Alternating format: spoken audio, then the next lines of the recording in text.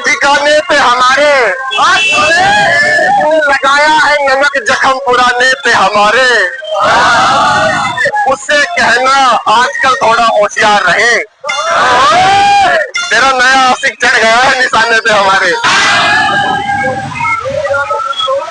मेरी जिंदगी की पूरी तरह बर्बादी करके वो खुश है किसी और से शादी करके।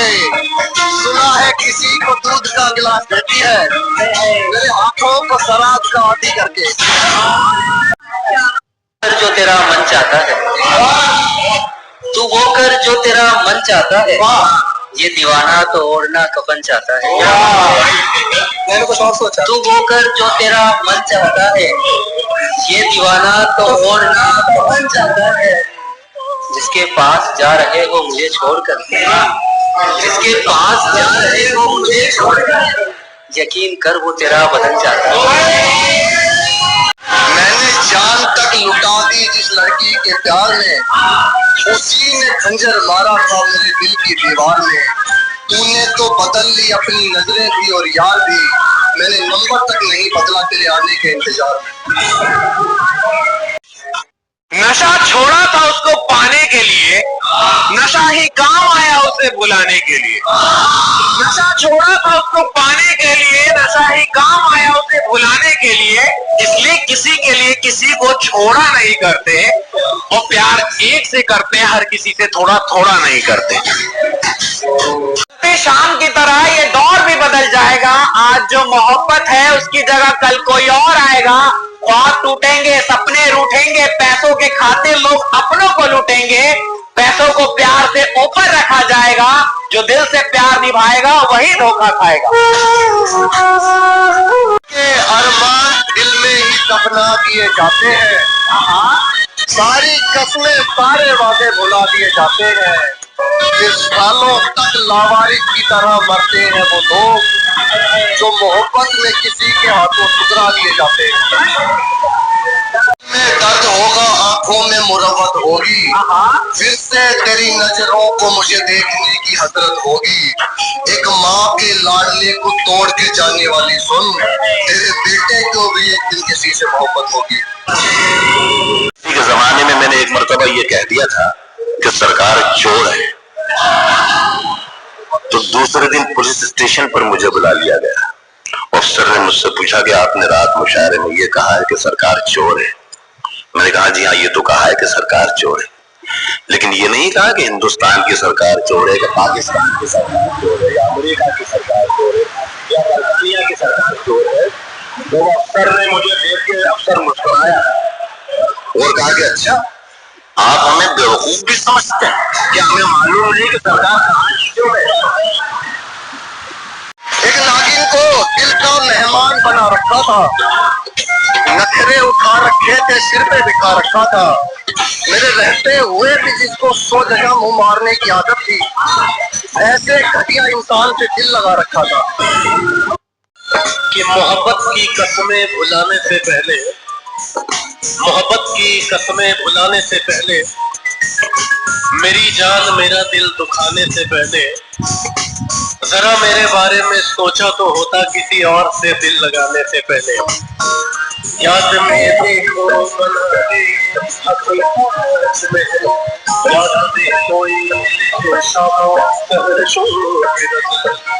कि मेरी बहन है सब कुछ कर लेना, कभी मोहल्ले का बॉयफ्रेंड मत बनाना, नहीं तो तुम्हारी वो हालत होगी जो तुमने सोची भी नहीं होगी।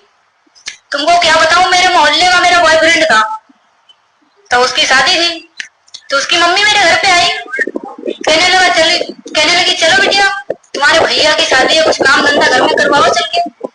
कसम से भाई साहब दिल पे छुरा चल गया, और अब कुछ उसे बोल भी नहीं सकती क्योंकि वो उसकी मम्मी थी। और ऐसे ही नहीं, अभी कहानी यही नहीं खत्म हुई। कुछ 2-4 साल बाद वो मिला मुझे रास्ते में, साथ में उसके साथ में 1-2 साल का बेटा था उसका, मेरे बॉयफ्रेंड का। तो कहने लगा बुआ बुआ मुझे चीज दिला दो। भाई साहब दिल पे छुरा चल गया कसम से। जिसका बाप मुझे जानू जानू कहकर बुलाता था, उसका बेटा आज मुझे बुआ बुआ कहकर बुला रहा है। बताओ कितनी दर्द भरी कहानी है। इसीलिए भाई साहब मोहल्ले में सेटिंगबाजी मत करना, बहुत बुरी कहानी।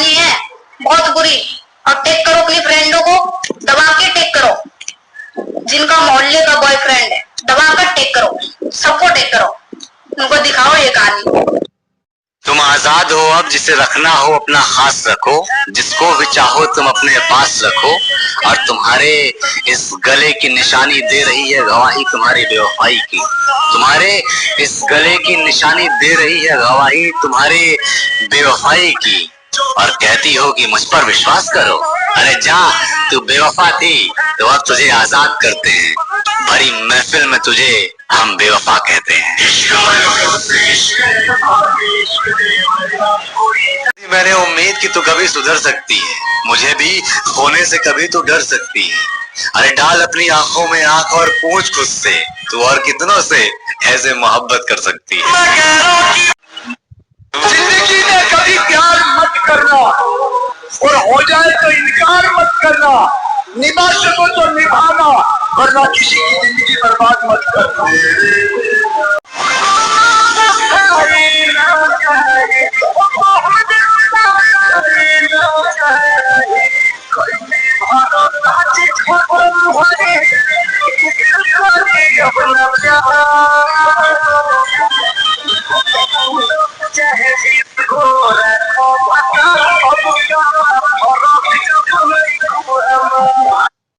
वैसे ही एक्सेप्ट करो जैसे वो है, लेकिन उन्हें अपनी जिंदगी में वहां रखो जहां वो रहने के लायक है।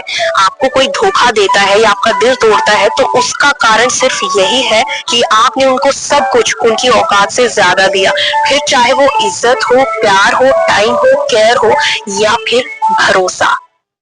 जब तक तुम ना हो राजी, कोई तुम्हारा हाथ पकड़कर हंसी नहीं सकता। पहली मुलाकात में कोई कमर में हाथ डालकर कसी नहीं सकता। मैंने बहुत दाने डाले हैं मेरी जान, बिना मुंह खोले मछली के मुंह में कांटा फंस ही नहीं सकता। आंखों के रास्ते आंखों से निकले हुए हैं हम, किसी के खूबसूरत हाथों से छूटे हुए हैं हम। परेशान न करे जिंदगी जीने दे हमें, तेरी कसम बुरी तरह से टूटे हुए हैं हम। किससे तारीख दे रहे हैं? उस तारीख से पहले सड़क पर बैठना मुझे मार कर चला जाएगा, और केस बने रोड एक्सीडेंट का। फिर से तारीख दे दे, और उस तारीख से पहले सामने को पागल बनाकर पागल खाने में फेंक दिया जाएगा। और इस तरह ना तो कोई सच्चाई के लिए लड़ने वाला रहेगा, ना ही इंसाफ मांगने वाला। रह जाएगी तो सिर्फ तारीख, और यही होता रहा है मिलाद, तारीख पर तारीख, तारीख पर तारीख, तारीख पर तारीख, तारीख पर तारीख चलती रही है, लेकिन इंसाफ नहीं मिला मिलाद, इंसाफ नहीं मिला, मिली है तो सिर्फ तारीख।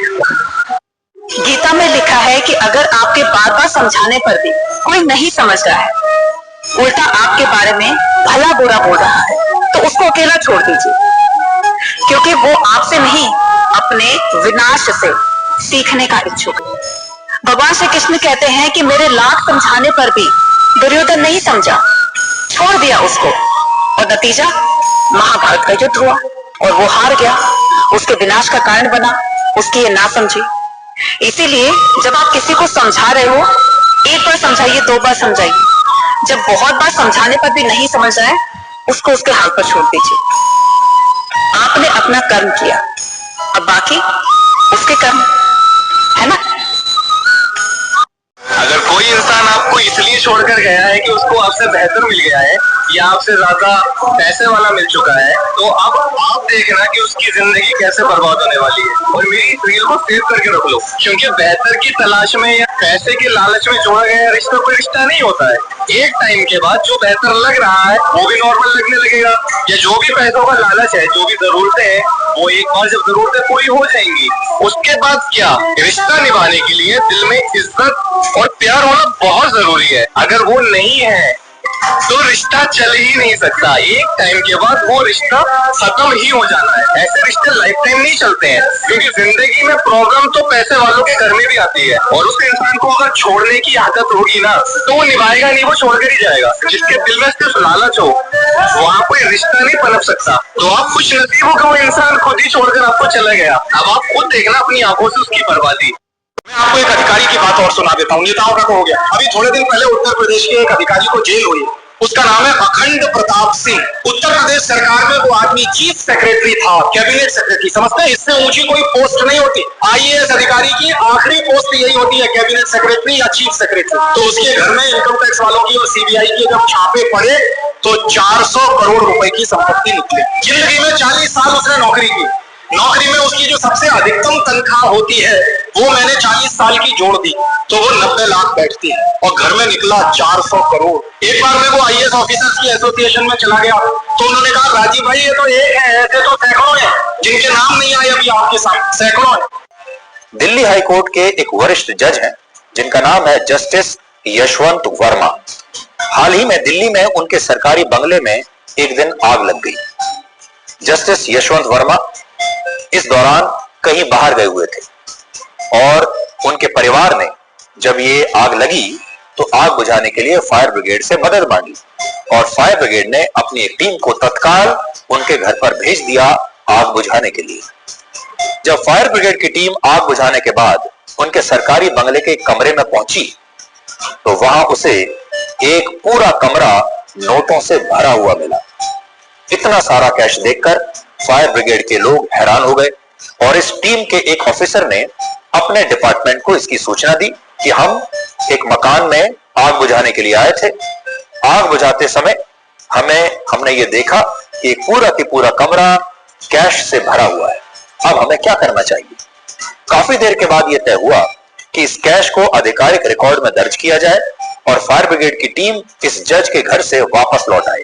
लेकिन इसके बाद इस घटना के बारे में कोई जानकारी सामने नहीं आई। ना तो ये पता चला कि आग किस दिन लगी थी, ना ये पता चला कि फायर ब्रिगेड की टीम को जस्टिस यशवंत वर्मा के घर में कितना पैसा मिला, जबकि केंद्रीय गृह मंत्रालय से इस घटना की सूचना जजों की नियुक्ति करने वाले सुप्रीम कोर्ट के कॉलेजियम को मिली।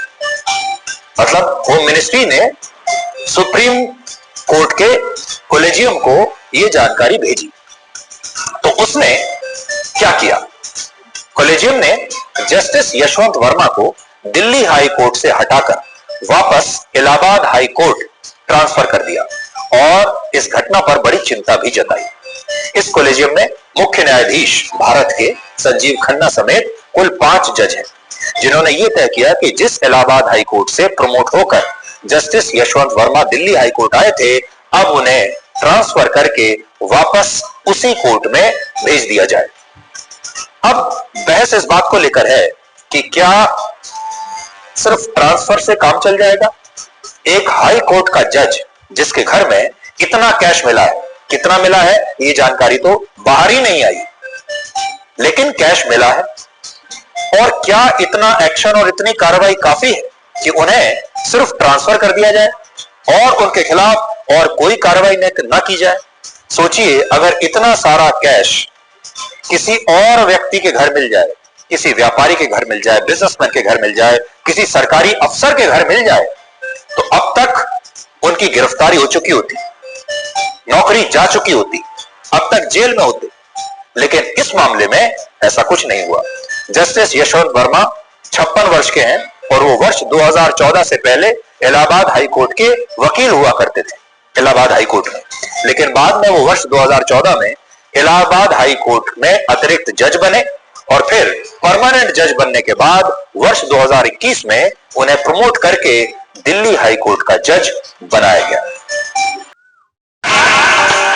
आज भी है, खास तो आज भी है, बस बताना छोड़ दिया।